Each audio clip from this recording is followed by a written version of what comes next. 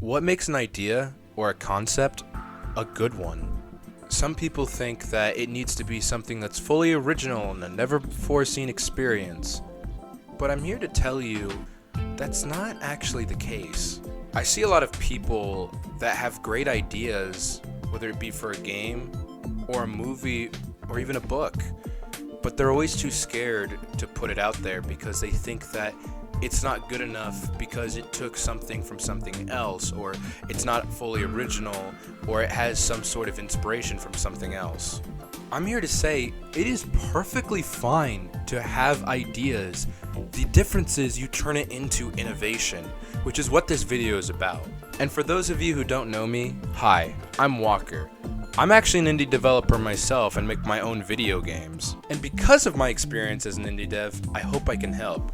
Because we all know someone, whether it's ourselves, a family member, or a friend, that has a fantastic idea but is too scared to share it for whatever reason. So if you know someone like that, please share this video with them, as I really want to help them. There have been some iconic games that actually took inspiration from others themselves.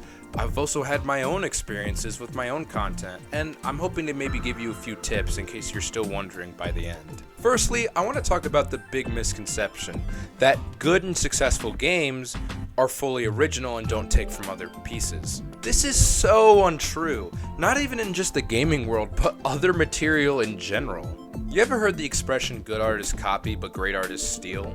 Well, there have been tons of developers who have kind of followed in this format. Mario and Sonic as a comparison is one of my favorite examples, because you have to understand Mario was a huge success, that being Super Mario Bros. In 1985, being one of the first successful major platformers. Now because of this, a lot of people played it, including the developers of Sonic the Hedgehog. They specifically actually designed Sonic and the gameplay of Sonic around their experiences with playing Super Mario Bros. Because in Super Mario Bros., if you die at any point and lose all of your lives, even if you're at the final level, you will go back to the very beginning. Because of this, the developers, as well as many other players to be fair, would have to play the first level over and over and over again if they wanted to achieve success. And because they played the first level so many times, they found ways of beating the level very, very quickly. This was a rewarding feeling to the developers of Sonic, as though they were rewarded for their speed. And as we all know, Sonic is all about going fast. Now Mario and Sonic do have similarities. They're platformers where you start from the beginning, usually on the left, going to the right to get to the end of the level, jumping on enemies and collecting gold items, whether it be coins or rings. There are power-ups in each one, each having different levels and chunks, making them different zones or worlds. But when you actually sit down to play the two games, you realize how different they actually are. They may have a similar idea, but because of the innovation that Yuji Naka had for Sonic the Hedgehog, it feels like a completely different experience, while still maintaining some of those original ideas from Mario. Okay, maybe that's an old example and sometimes you just have flukes, but what about a more modern example? Actually, in fact, how about an example of a game inspired by a game inspired by a game? In 1986, there was a game called Dragon Quest, which in of itself was actually based on some PC games that were based on a tabletop board game. But Dragon Quest in Japan was a huge deal, and a lot of other developers wanted to get in on that action, with developers like Square making games like Final Fantasy, or Nintendo themselves making the Mother or Earthbound games. Earthbound is also an RPG just like Dragon Quest, but goes for a more modern style. What if it took place now instead of a long time ago? Instead of the enemies being dragons and gremlins, what if it was a dog or a bus? What if the dialogue was a bit more quirky and the music itself was a bit more funky? But it doesn't just stop there, as Earthbound was a huge inspiration for a 2015 game called Undertale, which people still talk about and love to this day. In fact, Undertale had many inspirations. For example, its combat was inspired by Mario and Luigi, with the fact that the RPG battles actually required you to defend yourself by actually pressing buttons in the correct time. Undertale implements this idea by making it where you actually move around to avoid the attacks. And what about Undertale's iconic music? Oh, people love the music from Undertale, with good reason too, but even some music tracks from Undertale were inspired by other games. Listen to this for example.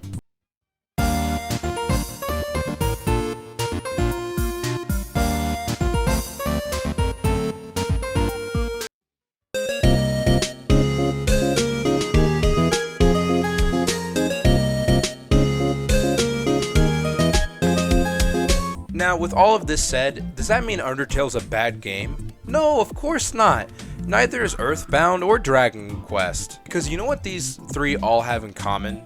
Well, besides the fact that they're RPGs, they all stand on their own as their own original games. Seriously, if you play these games back to back, you will not feel the same experience. Trust me. Now, I've told you about all of these other games, but I'm so confident in this, let me tell you about my own experience as an indie dev. I made a game called Mysterious Mystery. It's about two high school detectives going and finding murder mysteries to solve, one investigating and finding evidence in crime scenes, and one using his deduction to figure out what really happened and interrogate witnesses. Now, I'll let you in on a little secret. My game was inspired by another game. In fact, I actually took mechanics that were from another game. Now, some of you might actually be able to guess what the game is, but for those who don't, it's a game called Ace Attorney. Ace Attorney is a game where you play as a lawyer defending clients in a similar fashion, where you investigate crime scenes and use deduction skills to interrogate witnesses to find the truth and prove them wrong. That sounds very similar, and in fact, yeah, on that basic surface level, they sound like very similar games. Now, I'm not one to normally like to use compare and contrast, but for example, I don't feel like my game is a complete clone of Ace Attorney, because I like to think that I did some stuff to make it my own. For example, my game is not about a lawyer. It does not take place in a courthouse. My game has dual protagonists, one being an investigator and one being more of a deducer. My game is also a bit more comedy-centric. And also, you can physically move around in my game, where Phoenix Wright uses more visuals and little buttons to move from scene to scene. Well, unless we count that spin-off. But anyways, my point being is that I feel that there are enough differences that I'm confident in saying I genuinely feel like my game stands on its own. Now, I used my own game to show you my own confidence in my own abilities to make original games. And that leads me to my tips for you on how to make your own original games. Step number 1, be confident in your ideas. That's why I showed you and told you about my own game, because I'm confident in the fact that while it takes inspiration from another game, I genuinely feel that it's a unique enough experience where they both stand as separate games. Here's an example on how to be confident in your own game. When I was describing my own, did you notice that I didn't use terms like, oh, it's just like Ace Attorney?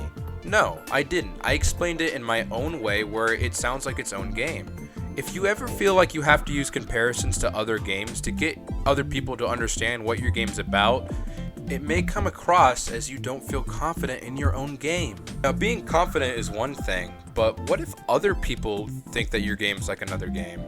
This is where tip number 2 comes in. Listen to feedback. Listening to others is very important because then you'll be able to get a better understanding of why they're drawing comparisons. If you receive criticism because of this, use this as a tool to figure out what you need to change. Is it because of the protagonists are too similar? Maybe the setting itself. Use these to figure out what you may or may not need to change to make sure what you're creating is truly an innovation. Side note, it's not always a bad thing to have your game be considered similar to another game.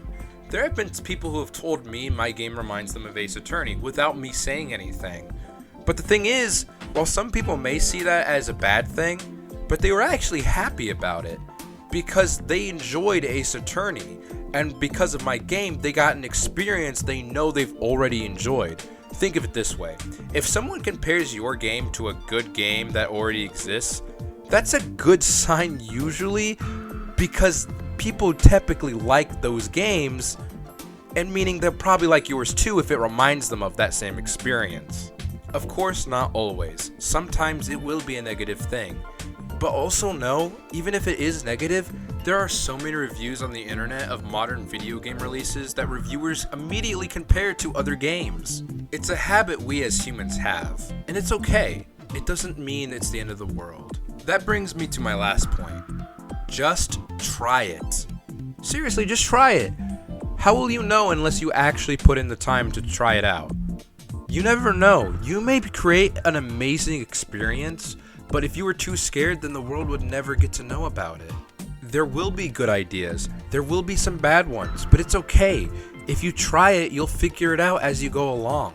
To wrap up, I really hope that this video has helped either you or someone you know that has some of these struggles. And as an indie dev myself, I've gone through them the exact same way. But I learned to be confident in myself, listen to other people's feedback, and just try stuff. I'm always excited to see what innovations new game devs bring to the table, as I know it'll be a fun experience. And I don't want you to be scared and thinking that you can't be just like that, because you can. Just believe in yourself. And of course, if you liked this video and you would like more in the future, please consider giving this video a like and subscribing. Send a nice comment too. I'd love to hear your thoughts on the video and if you have any ideas you'd like to share. Thank you so much for watching. I'll see you in the next one. Bye.